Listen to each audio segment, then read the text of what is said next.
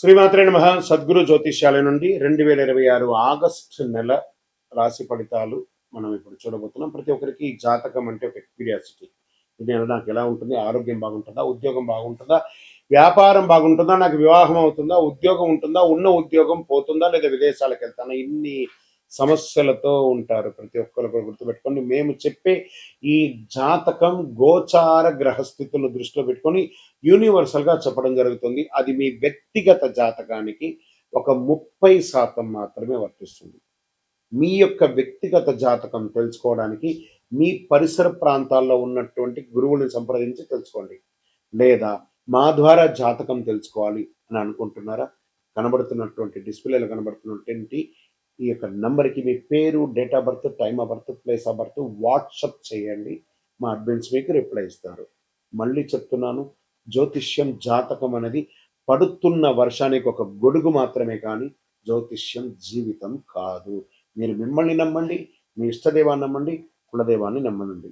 జ్యోతిష్ శాస్త్రరీత్యా ద్వాదశ రాశుల్లో 10వ రాశి అయినటువంటి మకర రాశి మిత్రులారా, 2026 ఆగస్టు నెల మీకు శుభాశుభ ఫలితాలు ఎలా ఉన్నాయనంటే, శని ప్రభావం వల్ల క్రమశిక్షణ, గురుగ్రహ అనుకూల దృష్టి, బుధుని సంచారం, శుక్రుని ప్రభావం వల్ల విదేశీ అవకాశాలు వచ్చే అవకాశాలు ఎక్కువ కనబడుతున్నాయి. క్రమశిక్షణ, స్థిరమైనటువంటి పురోగతి విజయానికి పునాదిగా కనబడుతుంది అని కూడా చెప్పచ్చు. ఉద్యోగం, ప్రభుత్వ ఉద్యోగం ఇలాంటి వాటిలో ఉన్నతాధికారి నుంచి ప్రశంసలు పొందే అవకాశాలు బాగున్నాయి. ప్రమోషన్ కోసం, జీతం పెంపు కోసం, ఇంక్రిమెంట్ కోసం ట్రై చేసిన వాళ్ళకి ఇది ఒక మంచి అవకాశం. ప్రభుత్వ ఉద్యోగాల్లో సిద్ధమవుతున్న వారికి పోటీ పరీక్షల్లో జాగ్రత్త. అసాంఘికమైనటువంటి కార్యక్రమాలకు వెళ్ళకండి. సర్వీస్ సెక్టార్, ఐటీ రంగం, ఇంజనీరింగ్, ప్రభుత్వ సేవలు, నిర్మాణం, బ్యాంకింగ్, అకౌంటింగ్, ఫార్మా, తయారీ రంగంలో ఉన్న వారికి అభివృద్ధి. విదేశీ కంపెనీలతో పనిచేసే వారికి కొత్త అవకాశాలు వచ్చే అవకాశాలు ఉన్నాయి. వ్యాపారాల్లో స్థిరత్వం, లాభం కనబడుతుంది. రియల్ ఎస్టేట్, నిర్మాణం, ఇనుము, సిమెంట్, వ్యవసాయ పరీక్ష, లాజిస్టిక్స్, ట్రాన్స్పోర్ట్ రంగంలో అవకాశాలు ఉన్నాయి. భాగస్వామి వ్యాపారాల్లో స్పష్టమైన లెక్కలు నిర్వహించే అవకాశాలు ఉన్నాయి. మీ ఆర్థిక అభివృద్ధి పెరుగుతుంది. పాత బాకీలన్నీ కూడా తిరిగి వచ్చే అవకాశాలు ఉన్నాయి. భూమి లేదా ఇల్లు లేదా వ్యాపార విస్తరణ కోసం పెట్టుబడులు పెట్టే అవకాశం ఉంది. అనవసర ఖర్చులు నియంత్రిస్తే పొదుపు పెరుగుతుంది. షేర్ మార్కెట్లో దీర్ఘకాలిక పెట్టుబడులు పెట్టండి. కుటుంబ సభ్యుల సహకారం లభిస్తుంది. దాంపత్య జీవితంలో పరస్పర అవగాహన పెరుగుతుంది. పిల్లలు, విద్యకు సంబంధించి శుభవార్త వినే అవకాశాలు ఉన్నాయి. ప్రేమికులు భావోద్వేగం కంటే పరస్పర నమ్మకాన్ని ప్రాధాన్యత పెంచుకోండి. ఆరోగ్యం పట్ల మోకాళ్ళ నొప్పి, కీళ్ల నొప్పులు, నడుము నొప్పి ఇవన్నీ వచ్చే అవకాశాలు ఉన్నాయి. ఈ కింద భాగంలో మూత్ర విసర్జన ప్రాంతంలో అలర్జీ లాంటిది వచ్చే అవకాశం ఉన్నాయి. ఒక మంచి డాక్టర్ని సంప్రదించండి. శస్త్రచికిత్స కూడా అయ్యే అవకాశాలు చాలా ఉన్నాయి. జాగ్రత్త పడని. స్కిన్ రిలేటెడ్ కూడా ప్రాబ్లం వచ్చే అవకాశాలు ఉన్నాయి. పోటీ పరీక్షల్లో సాంకేతిక విద్య, చార్టెడ్ అకౌంట్స్, ఇంజనీరింగ్, ప్రభుత్వ ఉద్యోగ పరీక్షలకు సిద్ధమవుతున్న విద్యార్థులకి శ్రమ తగ్గ ఫలితం ఉంటుంది. వ్యవసాయదారులు ధాన్యం, పత్తి, నూనె గింజలు, వాణిజ్య పంటలు సాగు చేసే వారికి ప్రభుత్వ వ్యవసాయ పథకాల ద్వారా ప్రయోజనాలు కూడా పొందొచ్చు. పంటలు కూడా దిగుమతి బాగా పెరుగుతుంది. సినిమా రంగం వారికి కష్టానికి గుర్తింపు లభించి కొత్త ఒప్పందాలు కుదిరే అవకాశాలు ఉన్నాయి. Media, social media, printing media వాళ్ళకి మంచి అవకాశాలు ఉన్నాయని కూడా చెప్పచ్చు. రాజకీయ నాయకులు పార్టీలో కీలక బాధ్యతలు వచ్చే అవకాశం ఉంటుంది. ప్రజాక్షేత్రంలో వెళ్ళేటప్పుడు నోరు అదుపులో పెట్టుకుంటే చాలా మంచిది.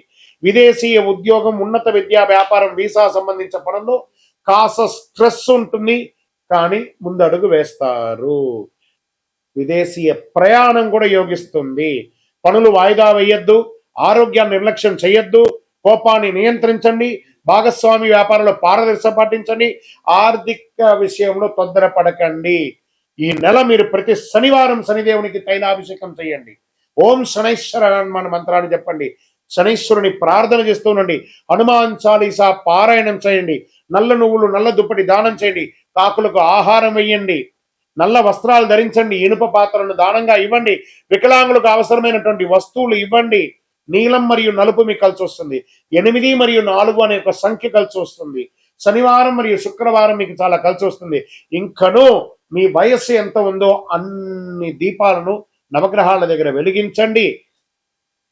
మరియు అతి శక్తివంతమైనటువంటి ఈ యొక్క కరుంగాలి మాలను 48 రోజులు పూజ చేసి సుదర్శన చండి సుబ్రహ్మణ్య భుజంగం చేసి ల్యాబ్ టెస్ట్ చేసి మీకు అందించడానికి సిద్ధంగా ఉంది. మా నెంబర్కి మీకు జాతకానికో కరుణాలి మనకు కావాల్సిన వాళ్ళు సంప్రదించండి. తప్పకుండా మీకు రిప్లై వస్తుంది. విజయోస్తు. శ్రీమాత్రే నమః. సద్గురు జ్యోతిష్యాలయం నుండి ఈ సంవత్సరం శని వక్రగతి పొందే ఒక ఫలితాన్ని మనం ఇవ్వబోతున్నాం. ఇది శని భగవానుడు జూలై 27, 2026 సోమవారం మీనరాశిలో వక్రగతిని ప్రారంభిస్తున్నారు. డిసెంబర్ 11 ఉదయం 3:51 వరకు మళ్ళీ మారి అవుతారు. దాదాపు 138 రోజుల పాటు ఈ వక్రగతి అనేది కొనసాగుతుంది. అసలు శని వక్రగతి అంటే ఏంటి? ఆల్రెడీ ఆయన అన్ని ప్రయాణం చేసి వెళ్ళిపోయారు కదా, అప్పుడు ఏమేమి మంచి చెడు అన్ని ఇస్తుంటారు కదా, అది బాగుందా లేదని చెప్పి మళ్ళీ తిరిగి చూసి వెనక రావడాన్ని వక్రగతి అంటే. ప్రయాణం సాఫీగా జరుగుతున్నది, మళ్ళీ తిరిగి రావడాన్ని వక్రగతి అంటారు. పాత పనులు తిరిగి ముందుకు వస్తాయి, ఆలస్యమైన ఫలితాలు లభిస్తాయి, కష్టానికి తగిన ప్రతిఫలం దక్కుతుంది, నిర్లక్ష్యం చేసిన విషయాలు మళ్ళీ ఎదురవుతాయి, బాధ్యతలు పెరుగుతాయి, జీవితంలో స్థిరత్వం ఎంత ఉందో పరీక్ష కూడా అంతే ఉంటుందని కూడా చెప్పచ్చు. మరి యొక్క ఎవరిని ఎక్కువ ప్రభావితం చేస్తుంది ఈ యొక్క వక్రగతి అని అంటే, శని ప్రకృతి ప్రభావం ముఖ్యంగా వీరిపై చాలా గొప్పగా ఉంటుంది. ఎలా అంటే ఏళ్ళనాడు శని 7.5 ఉన్న వాళ్ళకి, అష్టమ శని, అర్ధాష్టమ శని, శని మహర్దశ, శని అంతర్దశ, జన్మ కుండలిలో శని భగవానుడు బలహీనపడడం, వీళ్ళందరికీ కూడా ఇబ్బందులు వచ్చే అవకాశం లేదు. ఈ సమయంలో ఎదురయ్యే పరిస్థితులు ఎలా ఉంటాయి అని అనుకుంటే, పనుల్లో ఆలస్యం, ఉద్యోగంలో అదనపు బాధ్యతలు, ప్రమోషన్లో ఆలస్యం, కోర్టు వ్యవహారంలో నెమ్మదితనం, భూమి ఆస్తి విషయాల్లో ఆలస్యం, అప్పుల ఒత్తిడి, మానసిక ఆందోళన, సహనానికి పరీక్ష. మనం ఏం పాటిస్తే బాగుంటుంది ఈ సమయంలో అని అంటే, అవసరం లేని అప్పులు తీసుకోవద్దు. ఈ వక్రగతి శని వక్రగతి ఎప్పుడు కోపంతో నిర్ణయాలు తీసుకోకూడదు. ఉద్యోగ మార్పుల్లో తొందరపడద్దు. తొందరపడి పై అధికారులు ఏమైనా చెప్తే రిజైన్ చేసేయడం లాంటివి చేయకూడదు. వాహనం నడిపేటప్పుడు ఫోన్ మాట్లాడడం లేదా అతి స్పీడ్ వెళ్ళడం చేయకూడదు. పెద్దలను గౌరవించాలి. ప్రారంభించే పనిని పూర్తి చేయాలి. ఆరోగ్యాన్ని నిర్లక్ష్యం చేయకూడదు. ఖర్చులను నియంత్రించాలి.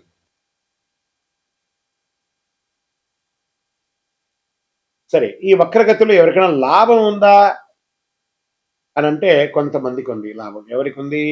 వృషభ రాశి వారు. శనిదేవుడు లాభస్థానంలో ప్రకృతిలో వక్రగతిలో ఉండడం వల్ల వచ్చే 6 నెలలు ఎంతో అనుకూలంగా ఉంటాయి. ఆర్థిక పరిస్థితి బలపడుతుంది, కొత్త ఆదాయ మార్గాలు ఏర్పడతాయి, ఉద్యోగంలో గుర్తింపు వస్తుంది, ప్రమోషన్ల అవకాశాలు ఉంటాయి, పాత వివాదాలు పరిష్కారం అవుతాయి, కుటుంబంలో ఆనందం పెరుగుతుంది, సమాజంలో గౌరవం పెరుగుతుంది.